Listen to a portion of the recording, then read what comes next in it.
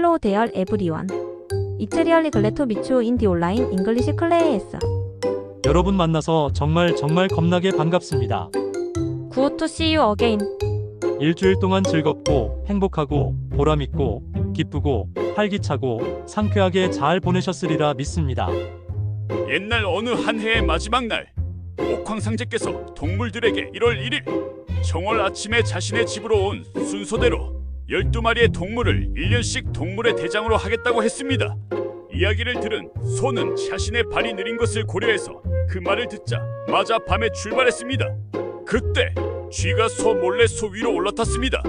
소가 신의 집에 도착한 순간 쥐가 소 앞으로 뛰어내렸고 쥐가 1등, 소가 2등이 되었습니다. 그 뒤로 토끼가 달려오다가 뒤에서 호랑이가 어흥 흐하 하는 소리에 놀라 숲속으로 숨어버렸다가 호랑이가 들어가는 것을 보고 뒤따라 들어갔답니다. 그래서 호랑이는 3등, 토끼는 4등이 되었습니다. 그 다음에 용과 뱀이 도착했습니다. 뱀도 용이 무서웠던지라 용에게 양보했기 때문에 용이 5등, 뱀이 6등이 되었습니다. 말은 열심히 달리다가 길가의 풀을 너무 많이 먹고 오다가 7등이 되었고, 양은 목자가 없으면 길을 잃어버리는 녀석이라 8등이 되었습니다. 원숭이와 개는 가는 길에 서로 먼저 가겠다고 싸우게 되었고, 닭이 둘 사이에서 중재하면서 왔기 때문에 원숭이, 닭, 개 순으로 도착하게 되었습니다. 마지막으로 돼지가 느릿느릿 도착해서 12간지가 정해졌습니다. 그런데 그 다음날인 1월 2일 아침, 고양이가 신의 집에 도착했습니다. 그래서 옥황상제께서 너는 왜 이제야 오느냐고 물었더니 낮잠을 자다가 신의 이야기를 듣지 못했고 그 모습을 본 쥐가 거짓말로 1월 1일이라고 가르쳐 주었다는 것. 그 후로 고양이는 화가 나서 낮잠이 들지 않도록 언제나 얼굴을 씻으며 자신을 속인 쥐를 지금까지도 쫓아다닌다고 합니다. 12간지의 시작에 대한 이야기 재미있게 보셨나요? 옛날 이야기이기 때문에 조금씩 변형된 이야기들도 있습니다. 예를 들어 아슬아슬하게 13등으로 개구리가 왔으나 아쉽게 집으로 돌아갔다든가, 말과 양은 사이가 좋아서 함께 출발하고 함께 도착했다든가 하는 이야기도 있었습니다. 하지만 쥐가 소 위에 몰래 올라타서 1등을 한 것과 개와 원숭이가 싸웠다는 것, 그리고 쥐에게 속아서 하루 늦게 온 고양이가 원한을 가지고 나중에 쥐를 쫓아다녔다는 것은 언제나 같았습니다. 나중에 기회가 되면 12지신에 대해 우리가 몰랐던 이야기들과 일반 상식들을 함께 공부하면 좋겠습니다. 우리는 12지신 중에 두 번째로 들어간 소에 대해 공부하고 있습니다. 벌써 5탄인데요. 오늘은 소가 얼마나 인간에게 이로운 동물인지 새삼함께 공감하는 시간이 되었으면 합니다. 첫 번째 알고 계셔야 하는 커먼센스는 옥수수가 신의 작물이라면 신이 인간에게 내린 축복의 가축은 바로 소라는 것. 인간에 의해 가축화된 이후 소는 인류 역사에 뗄래야 뗄 수 없는 관계가 되었지요. 인간과의 먹이 경쟁을 완벽하게 회피하는 데다 노동력과 도축 후 부산물로 고기를 제외하고도 우유, 털과 뼈, 심지어 비료이자 땔감인 쇠똥까지 얻어낼 수 있으니까요. 우선 소는 노동력을 인간에게 제공해준 존재였죠. 근데 이전까지 소는 지역 공동체의 공동재산으로 농사를 짓는데 필수이자 가장 값비싼 재산이었기에 소를 잡아먹는다는 건 난리가 날 수 있었던 시대가 있었지요. 지금은 트랙터나 경운기 등 기계가 대체되어 소는 결국 고기로서의 존재로 남게 된 거지요.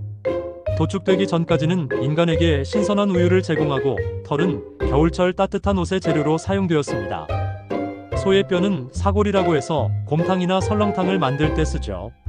그뿐인가요? 소의 똥도 인류에게 엄청난 도움을 주었는데요. 바로 비료와 땔감으로 쓰였다는 것.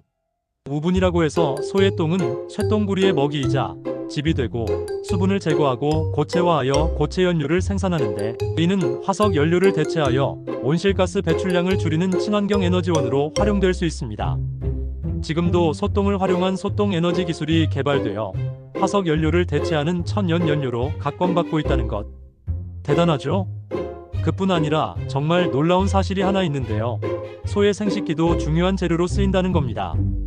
소의 생식기로 무엇을 만들었는지 혹시 상상이 가실까요? 바로 놀라지 마세요. 바로 채찍을 만들 때 쓰였답니다.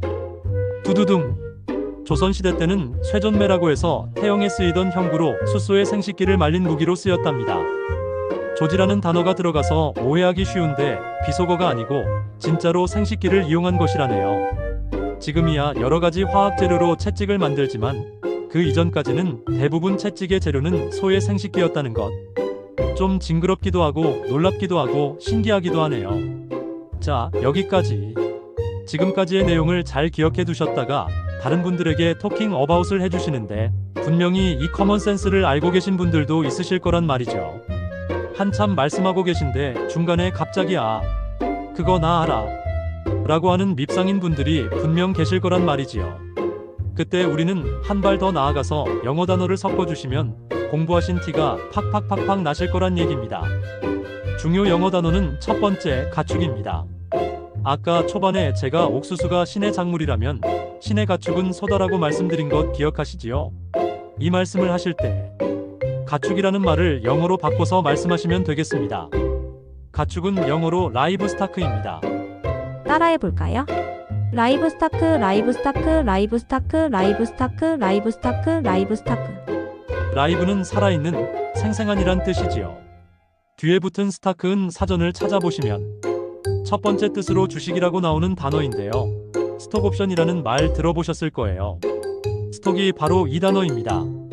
그런데 이 뜻 외에 스타크는 저장, 비축, 재고품이라는 뜻도 있습니다. 그래서 라이브스타크는 살아있는 가축을 의미합니다. 살아있는 상태로 식량이나 노동력 등 재산으로 비축해둔 동물이라는 의미에서 라이브스타크이 되었다는 것 알아두시면 쉽게 이해되실 것이라고 믿습니다. 옥수수가 신의 작물이라면 소는 신의 라이브스타크이다라고 연습하시면 좋겠네요. 두 번째 꼭 알고 계셔야 하는 단어는 레더입니다. 동물의 가죽을 의미하는 영단어로 천연 가죽과 인조 가죽을 통칭할 때 사용됩니다. 피혁이라고 해석할 수도 있죠. 따라해볼까요? 레더, 레더, 레더, 레더, 레더, 레더. 가죽 장갑은 레더 글러브, 가죽 부츠는 레더 부츠, 가죽 벨트는 레더 벨트겠죠. 레더라고 한글로 써도 가죽으로 알고 계시면 됩니다. 세 번째 오늘 익히셔야 할 단어는 제니털인데요. 생식기라는 뜻입니다. 특별히 자주 쓰는 단어는 아니기 때문에 동물의 생식기를 얘기할 때 쓰이는 단어로 알아두시면 됩니다. 따라해볼까요? 제너털, 제너털, 제너털, 제너털, 제너털. 소의 제너털로 무엇을 만들어 썼다고요? 네, 맞아요. 채찍입니다. 채찍은 윕이라고 합니다. 채찍을 내리칠 때 들리는 소리와 비슷하죠. 삐삐삐삐삐삐삐삐. 캐털의 제너털로 윕을 만들었다 라고 말했을 때 이해하셨으면 잘하신 겁니다. 라이브스타크, 레더, 제너털, 윕 가축, 가죽, 생식기, 채찍 눈에 들어오시나요? 그랬으면 정말 좋겠습니다. 수업할 때는 눈에 들어오신다고요? 그러면 됩니다. 수업 중에만 이해하시고 익히시면 됩니다. 정말 잘하고 계십니다. 인류에게 소가 끼친 영향 중에 가장 큰 것은 바로 고기로서의 용도겠지요. 소는 하나도 버릴 게 없는 고기 천지로 몸이 이루어져 있다고 말씀드릴 수 있지요. 모두 몇 개 부위인지 아시는가요? 네, 맞습니다. 소의 부위는 기본적으로 10개 부위입니다. 오늘의 OX 퀴즈의 문제도 이겁니다. 소의 부위는 10개이다. 네, 맞습니다. 기본적으로 10개지요. 앞다리, 목심, 등심, 채끝, 안심, 갈비, 양지, 우둔, 설도, 사태. 일단 한글로 10개의 한글 이름을 기본적으로 알고 계시면 좋겠습니다. 이 중에 영어 단어로 함께 알고 계셔야 하는 부위가 있는데요. 등심, 안심, 채끝, 갈비입니다. 하나씩 볼까요? 우선 등심입니다. 소의 등 부위에 있는 고기지요. 영어로는 로인이라고 합니다. 로인은 원래 프랑스어인데 의미는 그대로 등 부위의 고기라는 뜻입니다. 그런데 전해 내려오는 전설에 의하면 영국의 찰스 1세 국왕이 새로운 고기를 먹고 싶다고 하여 요리사가 등심, 그러니까 로인을 요리에 바쳤는데 왕이 한 입 베어 먹다가 너무 맛있어서 놀랐다고 합니다. 그러더니 칼을 뽑아 로인 위에 올리고 그대에게 기사자귀인 경이라는 직위를 수여하노라 했더랍니다. 경은 기사나 남작자귀를 받은 남성에게 붙이는 칭호입니다. 고기한테 벼슬을 내린 것이지요. 그만큼 등심의 맛이 뛰어났다는 뜻이겠지요. 어쨌든 그리하여 등심을 영어로 썰로인이라고 합니다. 따라해볼까요? 썰로인, 썰로인, 썰로인, 썰로인, 썰로인 등심을 뜻합니다. 한글로 썰로인도 알아두셔야 합니다. 제가 저희 동네 정육점에 갔더니 추석 특선으로 소고기 부위들을 쭉 나열해 놓았는데 한글로 설로인이라고 써놓았더라고요. 설로인 200kg에 16만 원. 이런 식으로요. 그래서 우리도 나중에 정육점에 가시면 일부러라도 사장님 들으시라고 오늘 저녁은 설로인을 먹어볼까? 설로인 2근만 줘봐요라고 하시면 사람들이 깜짝 놀라면서 자세가 바로 세워질 것입니다. 진짜라니깐요? 아무튼 두 번째 꼭 알고 계셔야 하는 단어는 안심입니다. 등 안쪽 부위라고 해서 안심인데요. 이 안심은 매우 부드러운 것이 특징이지요. 부드러운 등 부위 고기인데요. 부드러운 등심이다라고 해서 영어로는 텐더로인이라고 합니다. 텐더는 부드러운이라는 뜻이고 로인은 등심이라는 뜻이니까 텐더로인이라고 하면 안심을 기억해내시면 되겠습니다. 따라해 볼까요? 텐더로인, 텐더로인, 텐더로인, 텐더로인, 텐더로인, 텐더로인. 안심이라는 뜻입니다. 설로인은 등심, 텐더로인은 안심. 설로인, 텐더로인, 설로인, 텐더로인, 설로인. 텐더로인, 썰로인, 텐더로인, 썰로인, 텐더로인 등심과 안심입니다. 자, 여러분 설로인과 텐더로인, 등심과 안심 중에 어느 부위가 더 비쌀까요? 우리는 보통 설로인인 등심이 더 비싸지 않나? 라고 생각하실 수 있는데 텐더로인이 더 비쌉니다. 왜냐하면 양이 작거든요. 설로인은 부위가 등 거의 전체를 포함하고 있어서 양이 많은데 엉덩이 쪽인 텐더로인은 양이 아주 작아서 소 한 마리당 많이 나오지 않기에 가격은 텐더로인이 더 비싸다는 것. 그런데 말입니다. 등심인 설로인 쪽에 꽃등심이라는 부위가 있지요. 소의 등뼈 정중앙 부위로 가장 연하고 마블링이 풍부하며 진한 육향이 특징이죠. 등심 부위 중 마블링이 핀 모양이 아름다운 꽃과 같다는 의미에서 유래한 것이 꽃등심입니다. 영어로는 리바이라고 해서 꽃과는 아무 의미 없습니다. 갈비인 리브 부위에서 눈, 아이처럼 보이는 부위라는 뜻으로 리바이라고 하면 우리만의 꽃등심이라고 해석하시면 되겠습니다. 이 꽃등심이야말로 안심, 텐더로인보다 더 부드럽고 가격도 더 비싸겠지요. 썰로인, 텐더로인. 등심과 안심을 일단 꼭 알아두시기 바랍니다. 그 다음에 채끝이라는 부위인데요. 등심의 가장 끝자락에 위치합니다. 움직임이 거의 없는 부위이기 때문에 소의 그 어느 부위보다 쇠고기 본연의 맛을 잘 살릴 수 있는 최상의 부위라고 할 수 있습니다. 그런데 슬프게도 채끝은 소를 몰 때 채찍의 끝이 닿는 부분 혹은 등심 한 채의 끝 부위를 이른다 하여 채끝이라는 이름을 얻었다고 합니다. 채끝은 스트림 로인이라고 합니다만 잘 쓰이지 않는 단어이기에 참고만 하시면 됩니다. 그 다음이 바로 갈비입니다. 갈비는 영어로 립이라고 합니다. 간단하지요? 이 갈비인 립을 꼭 알고 계셔야 하는 이유가 시내에 나가면 패밀리 레스토랑들이 많은데요. 아웃백이라든지 빕스라든지 한 번쯤은 들어보셨을 거예요. 거기 그런데 가면 메뉴판이 온통 영어입니다. 그래서 주문을 제대로 잘 못하는 경우가 많습니다. 저도 이런 곳에 가면 뭘 먹을지 고민이 됩니다. 그런데 메뉴판에 이 립이 딱 보이는 거예요. 그래서 그걸 시켰는데 역시 갈비의 맛 너무너무 맛있어 황홀했습니다. 여러분도 혹시 패밀리 레스토랑에 가시게 되면 무조건 리브이라고 써져 있는 것을 고르시면 만사 오케이라는 것. 사람들이 과연 이라고 생각하며 박수도 쳐주실 것이라고 믿습니다. 그 다음에 갈비 밑에 있는 소의 부위는 양지라고 합니다. 소의 앞가슴과 배의 윗부분에 있는 갈비뼈 주변에 붙어있는 총체적인 고기 부위를 말하지요. 다른 말로 한국식으로 세분화시 양지머리, 차돌박이, 업진살, 업진안살, 업진안창살, 치마살, 치마양지, 앞치마살로 나뉩니다. 양지머리와 차돌박이, 오삼겹이 그나마 값이 싸고 나머지 부위는 양이 덜 나오기 때문에 좀 더 비쌉니다. 사실 저도 설명하면서도 잘 모르겠습니다만 일단 양지는 소의 배 부위다는 건 알게 되었습니다. 냉면집에서 꾸미로 올려나오는 편육의 기본이 양지 편육이라는 것도 알게 되었네요.